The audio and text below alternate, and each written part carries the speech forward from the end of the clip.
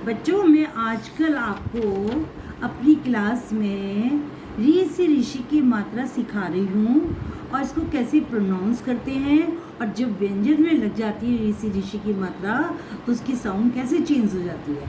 तो बेटे, ये एक तो मैंने कल आपको फॉर्मेशन सिखाई थी, इसकी प्रैक्टिस कीजिए और इसको कैसे प्रोनाउंस करते हैं और व्यंजन में जब लग जाती है तो कैसे। तो आपको मैंने कल सिखाया था, आज मैं उसी को कंटिन्यू कर रही हूँ, तो ध्यान से देखिए।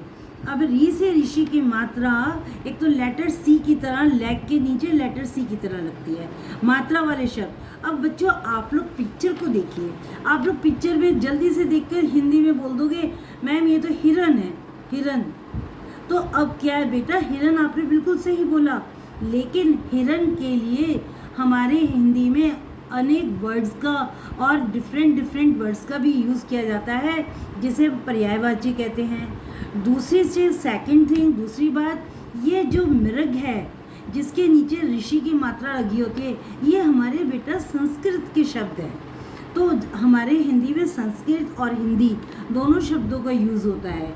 तो ये हमारे जो ऋषि की मात्रा है, ये संस्कृत के शब्दों में यूज़ होती है, तो ये हमारा संस्कृत का शब्द है, इसलिए हम इसको हिरन भी बोल सकते हैं बेटे और मृग भी बोल सकते हैं। अब देखो, आप एक चीज़ देखो, एक चीज़ नोटिस करो, इसका उच्चारण करने के लिए अभी हमने पहले हमारा व्यंजन है म, ठीक है, म।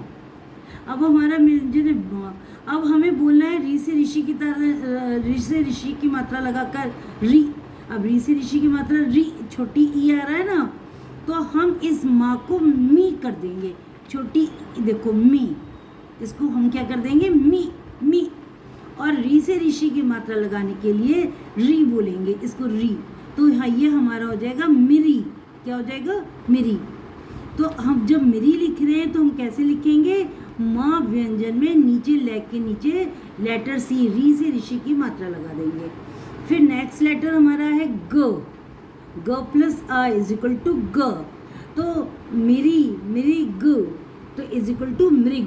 बेटा, आपको सबसे बड़ी पहचान री से ऋषि मात्रा के लगाने की है, अगर कोई व्यंजन पहले आ रहा है और वो मृग, मृग जा रहा है, मी बोल रहे हैं, तो एक तो उसमें ऋषि की मात्रा लगा दो आप, और ग, मृग। अब ऐसे आप इसको देख के तो बोलोगे राजा, लेकिन बेटे राजा को हम नृप भी बोलते हैं, ये संस्कृत का शब्द है नृप। मैं इसको नृप क्यों बोलती हूँ, क्योंकि मैंने न में जो व्यंजन है आया है पहले, उसमें मैंने री से ऋषि की मात्रा लगा दी है, तो हम इसको ऐसे प्रोनाउंस करेंगे, ना को नी कर देंगे, नी री, और ऋषि की मात्रा को री कर देंगे, ये लेटर सी की, बोलो निरी, निरी, तो निरिप हो जाएगा, इज इक्वल टू प, निरिप। अब देखो, सब बच्चे इसको देख के जल्दी से बोलते हैं मैम ये तो पेड़ है, पेड़ भी होता है, बिल्कुल करेक्ट, लेकिन संस्कृत शब्द हमारा है वृक्ष। अब समझ गए, देखो उच्चारण कैसे होगा, व प्लस ऋषि, ऋषि की मात्रा और लेटर सी, ऋषि की मात्रा वी, व को वी बोलो और ऋषि की मात्रा लगा के विरी, बोलो विरी, विरी, क्षत्रिय, वृक्ष इज इक्वल टू वृक्ष। अभी हिंदी शब्द हमारा है घर, सब बच्चे घर बोलेंगे, लेकिन संस्कृत शब्द है गृह, इसे गृह भी बोल सकते हैं। अब मैंने ग को तो गी कर दिया, रा को री कर दिया, गृह। देखो उच्चारण देखो, ग प्लस री, ऋषि की मात्रा मैंने गी कर दिया, और ऋषि की मात्रा लगाई तो मैंने ग्री कर दिया, इज इक्वल टू ग्री, हाँ लगा के इज इक्वल टू गृह। बेटा, आपको मैं एक चीज़ और बता रही हूँ, ये जो मैं आपको सिखा रही हूँ, अभी मैं 1-2 दिन आपको और अच्छे से समझाऊंगी।